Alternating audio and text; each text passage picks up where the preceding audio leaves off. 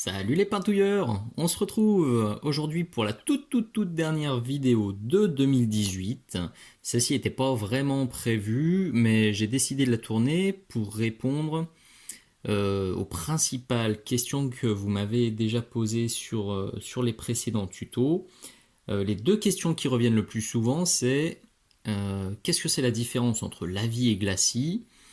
Et qu'est-ce que tu fais, qu'est-ce que tu comprends, qu'est-ce que tu entends lorsque tu nous dis de rincer le pinceau et de faire sur des zones plus larges et de peindre sur des zones plus larges. Donc je vous fais cette petite vidéo. Il y aura peu, voire pas du tout de montage sur celle-ci. Je vais tout vous faire en direct pour vous expliquer un petit peu ça.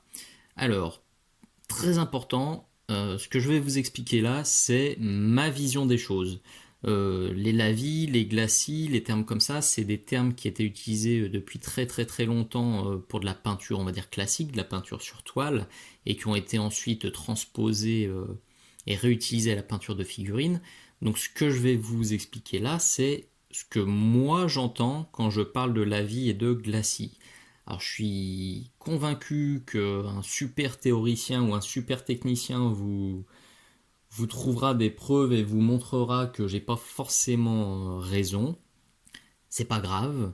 L'idée c'est surtout de vous expliquer quand moi je parle sur une vidéo de lavis et de glacis, qu'est-ce qu'il faut comprendre. Voilà, rien de plus. C'est pas du tout une vérité universelle ou absolue que je vais vous présenter aujourd'hui. C'est ma vision de la chose telle que je l'ai apprise et telle que je l'applique depuis des années et des années. Donc, pour faire bref, pour moi, un lavis, c'est une peinture qu'on va venir appliquer sur une pièce, sur une figurine, pour faire varier sa luminosité, sa clarté. Tout simplement, si je viens poser un lavis de noir, l'idée c'est d'avoir beaucoup de noir dans les creux et peu de noir sur cette zone-là, par exemple. Donc pour que les creux soient foncés et ces zones-là soient claires. Donc je veux avoir un gradient de concentration, un gradient de luminosité, un gradient d'ombrage. Pour moi, ça, c'est un lavis. Quand je parle de glacis, pour moi, c'est plus de la nuance ou du filtre coloré, comme on le ferait avec un aérographe, par exemple. Quand je vous ai parlé dans la vidéo sur le non métallique violet de glacis de bleu, c'est ça. Vous voyez, je suis venu poser un voile uniforme de bleu sur cette zone-là pour la teinter légèrement. J'ai plus vraiment du violet, j'ai un bleu violacé ou un violet bleuté. Pour moi, le glacis, c'est ça. Comme un glaçage sur un gâteau où on veut obtenir une belle couche uniforme de chocolat. Pour moi, le glacis va teinter, donc va modifier la couleur de la zone. Il ne va pas modifier sa clarté. Concrètement, vous allez voir aussi, je casse tout de suite le suspense, que c'est pas aussi tranché dans la réalité. Moi, quand je peins et qu'on me demande tu fais des lavis ou des glacis, je réponds que je fais des glavis, comme ça au moins je botte en touche, puisque vous allez très vite voir que en fait on fait jamais l'un ou l'autre. Les deux sont étroitement liés et se superposent toujours sur une figurine. Alors, je vais quand même essayer de vous faire des exemples bien distincts pour bien que vous compreniez. Alors, on commence par un lavis. Donc, j'ai basé cette plaque ventrale d'ogre avec du Scrag Brown et je vais l'ombrer avec un lavis tout fait de Dark Tone, Army Painter. Donc là, je le fais avec un lavis tout prêt, hein. J'aurais pu prendre autre chose, j'aurais aussi très bien pu le faire avec du noir, directement, bien dilué. Le résultat aurait été exactement le même. Donc il est ici, et j'y vais, clac. Et en fait, je vais pousser ma peinture, ou tirer ma peinture, là aussi ça dépend dans quel sens vous prenez votre pièce. Je vais tirer et pousser, de manière... Là, je rince, vous l'entendez, dans le verre, de manière à avoir plus de lavis, plus de peinture dans les creux. Là, on le voit tout à fait. Là, j'en ai pas. Là, j'en ai un maximum. Donc là, on a un lavis un peu bourrin, un lavis tout fait, appliqué en mode violent. C'est ce qu'on fait très souvent sur les figurines de jeu, et c'est aussi ce que vous avez vu sur mes tutos de peinture, hein, puisque je le fais très souvent. Cette petite lame, souvenez-vous, si vous voulez la regarder de nouveau, sur toute cette zone-là, pour simuler la rouille, j'ai fait différents lavis. Un lavis de Scorched Brown, qui partait de très haut, enfin de Rhinox Hide, pardon, puis un lavis de marron, puis un lavis, je crois d'ailleurs c'était du Scrag Brown aussi, le marron intermédiaire, puis un lavis de Fire Dragon Bright. Donc je vais vous remontrer le principe. C'est exactement la même chose. Donc vous voyez là, c'est pas un lavis tout fait, un lavis que j'ai acheté dans le commerce. C'est du Scrag Brown que je dilue. Hop. Alors, je me mets en position. Attention. J'enlève un petit peu tout ça pour pas faire de bêtises. Lui, il m'embête. Merci. Donc, ça va aussi me permettre de vous expliquer la seconde notion. Donc, je pose ma peinture, mon lavis, je rince et je viens tirer la peinture d'un petit peu plus haut. Donc, quand je dis que je rince, là aussi, il y a deux choses. Là, vous voyez, j'y suis allé vraiment bourrin, quoi. Je suis sur un gris neutre. D'ailleurs, j'ai oublié de vous dire lequel c'était. Où est-ce qu'il est? Il est là. C'était du Dawnstone de chez Citadel. Il y a une forte différence entre le Dawnstone et ce que je viens d'utiliser, là, le Scrag Brown. Donc, je l'ai appliqué et quand je vous ai dit que j'allais rincer mon pinceau, je l'ai vraiment plongé dans le verre d'eau. Vous avez sûrement entendu le ding-ding parce que c'est un gobelet, enfin c'est un pot en verre. Donc j'ai vraiment enlevé la peinture de mon pinceau. Je suis repassé très vite sur mon sopalin pour refaire la pointe. Vous voyez, je fais souvent ce mouvement-là sur mon sopalin pour avoir une pointe bien jolie. Et après, je viens partir de plus haut. Là, j'ai vraiment déchargé mon pinceau totalement. Parfois, quand il y a moins de différence entre la couche de base et le lavis que je suis en train d'appliquer, je vais vous dire que je rince mon pinceau, mais uniquement sur le sopalin, parce que je veux seulement enlever un peu de peinture. Alors là, c'est un peu à vous de sentir le truc, c'est un peu à vous de faire vos expériences pour savoir s'il faut virer toute la peinture ou peu de peinture. Ça viendra avec la pratique. Il faut essayer, tout simplement. Donc vous voyez, ça commence à sécher. Bon, celui-ci va mettre des plombes à sécher, donc je vais vous épargner l'instant sécheux. Hein, je voulais pas faire de montage, mais je vais quand même en faire un petit coup au moins pour virer ce passage-là. Et là, on voit que ça commence à sécher. Je vais souffler un petit coup dessus.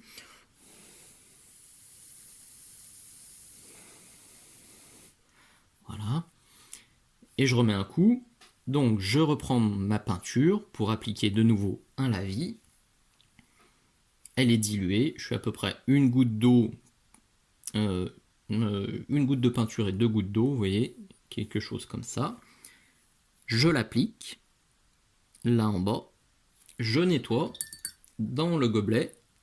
Je refais ma pointe gentiment sur le sopalin et hop, je repasse. Vous voyez là, je viens de passer sur le sopalin parce que je voulais juste en enlever un petit peu. Là aussi, je viens de repasser sur le sopalin pour enlever un peu de peinture et repartir d'un petit peu plus haut. Vous voyez l'idée, en fait, je passe mon temps à jongler entre le gobelet d'eau et le sopalin pour enlever la quantité de peinture que je veux.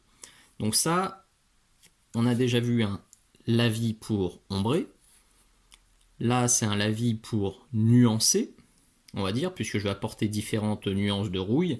Mais le lavis, il ne faut pas oublier, qu'est-ce que j'en ai fait là, qu'on peut aussi l'utiliser pour éclaircir.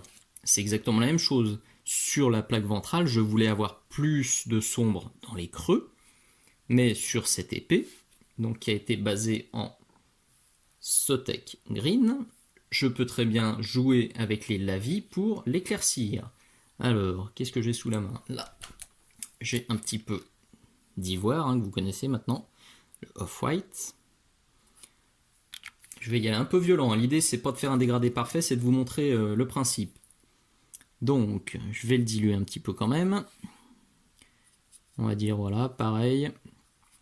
Une goutte de peinture, 2 gouttes d'eau, quelque chose comme ça. Je vais l'appliquer en haut.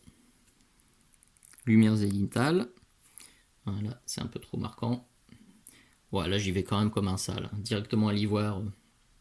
Faites pas ça chez vous les enfants, c'est dangereux. Donc je le pose là-haut, vous voyez. Je rince mon pinceau. Donc là c'était uniquement sur le sopalin et je repars d'un petit peu plus bas. Je vais le refaire encore un coup. Je le pose. Hop. je rince le pinceau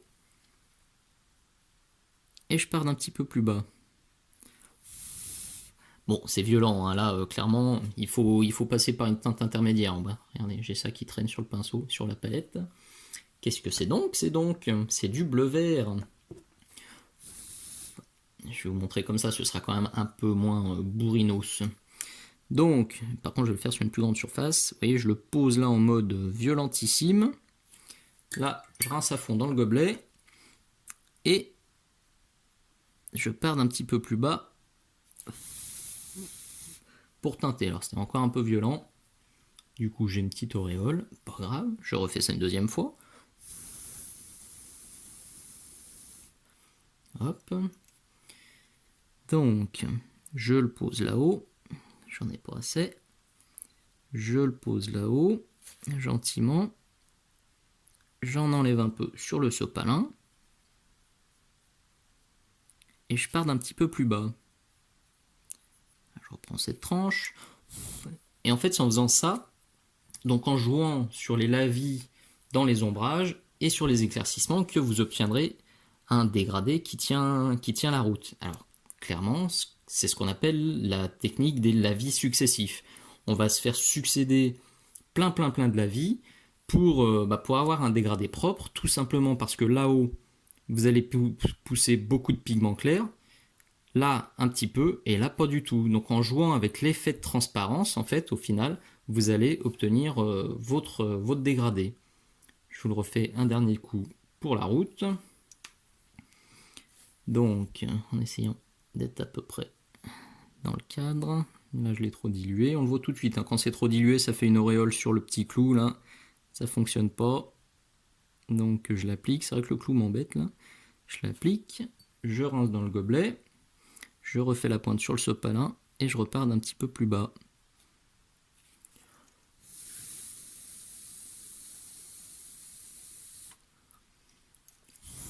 Une jolie petite auréole, hein, qui se forme. Je me doutais, hein, que ce serait un peu violent, mais c'est pas grave. Ça va me permettre de vous montrer déjà un glacis. Transition parfaite, puisque le glacis, ça va être le fait de poser un voile uniforme. Donc vous voyez sur la zone là, qui était un peu violente niveau transition, je repose un petit voile avec mon bleu vert et ça va me fondre les transitions.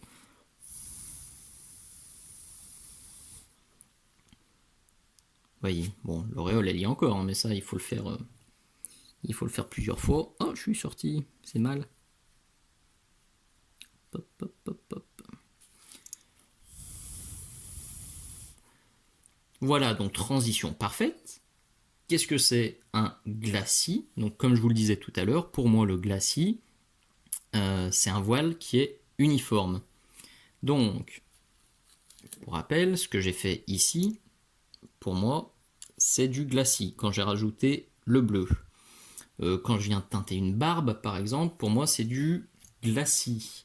Quand je vous ai montré sur ce tuto comment rajouter ici, ici et ici des petits voiles de rouge, pour moi, c'est du glacis. Donc c'est exactement ça, c'est un glaçage qui va modifier légèrement la teinte. Donc ici, plutôt que d'avoir un jaune uniforme, eh ben, je me retrouve avec un jaune avec des petites zones de rouge. Vous voyez l'idée? Donc concrètement, voyons voir ce que je peux faire là-dessus.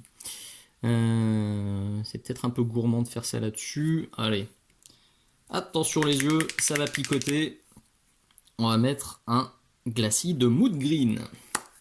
Aïe aïe aïe. Une fois de plus, les enfants, ne faites pas ça chez vous à la maison. Ceci est réalisé par un cascadeur professionnel qui va décaper sa lame une fois qu'il l'aura foiré. Donc, glacis, super dilué. Dites-vous que c'est comme si vous aviez un aérographe dans la main et vous allez poser un voile uniforme pour teinter cette lame si vous voulez lui donner un effet, un aspect un peu magique, un peu verdâtre. C'est mieux quand on est dans le cadre.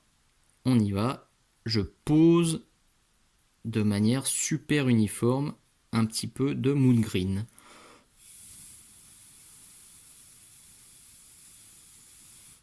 Et on se retrouve avec une lame qui n'est plus grise mais qui est verdâtre. Là où ça devient subtil, et là où ça devient prise de tête, c'est que là je vous ai fait un glacis général, j'en ai mis de partout, mais je peux très bien décider de faire un glacis par exemple, juste ici. Par exemple.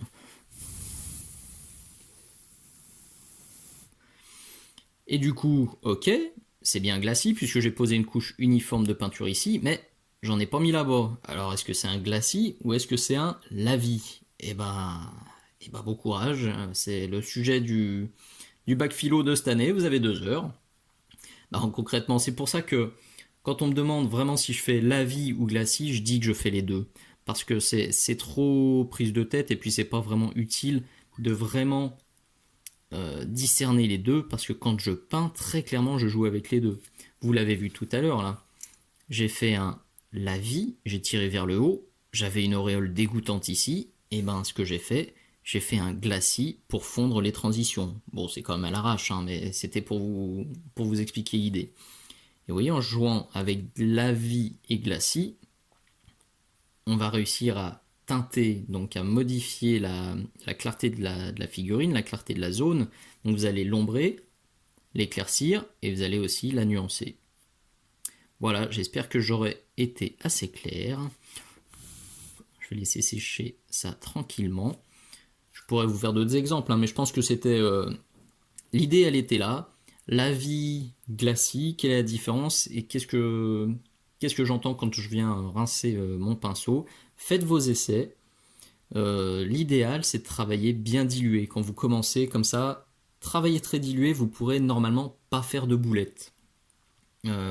Quand on travaille très dilué, vous voyez, j'aurais pris le mood green directement non dilué sur la lame, c'était catastrophe, quoi. C'était la lame de Shrek, quoi.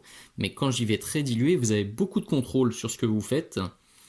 Et normalement, vous pouvez pas faire de bêtises. Si vous faites un voile très dilué, même s'il est pas super bien fait, ça se verra pas trop et vous pourrez vite rattraper la boulette.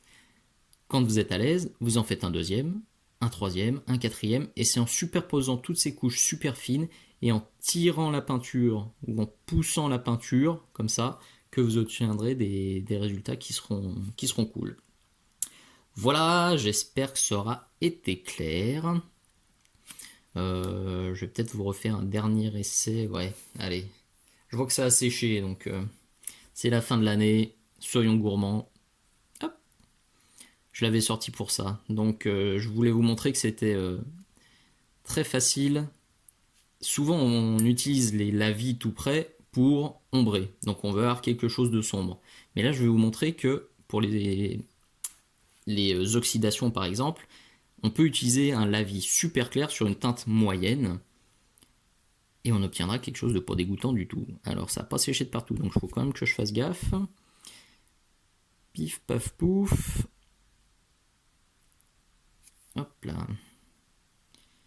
Donc c'est bien un lavis, hein, puisque le but du jeu c'est d'avoir des concentrations différentes sur le pitou.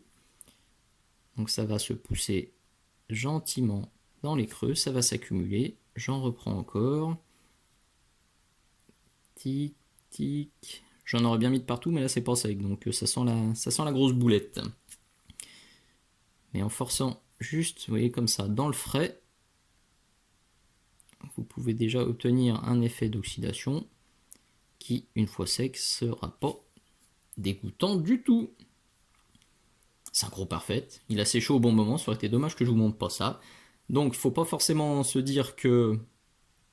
Enfin, c'est compliqué, hein. Parce que du coup, vous n'êtes pas obligé d'ombrer avec un lavis sombre. Vous pouvez aussi teinter avec un lavis clair. Donc, comme vous... Enfin, c'est on ne peut plus clair. C'est très compliqué. Donc, vous prenez pas la tête. Dites-vous simplement que c'est à vous de faire vos essais, une fois de plus. Lavis, glacis, glavis, au final, on s'en fiche. Faites vos tests, trouvez votre méthode, la méthode qui vous permettra d'avoir des dégradés qui vous plaisent, et vous serez heureux. Voilà, cette fois c'est la fin, promis. Euh, je vous dis encore merci pour la chaîne. Le nombre d'abonnés monte gentiment, ça fait super plaisir. Il y a eu plein de retours super positifs, donc vraiment ça booste. Ça promet une année 2019 au taquet sur les tutos. Je vous dis à tous je vous souhaite à tous de très bonnes fêtes, tout simplement. Ça arrive à grands pas. Et puis, je vous remercie encore. Je vous dis à très très très bientôt. Ciao ciao!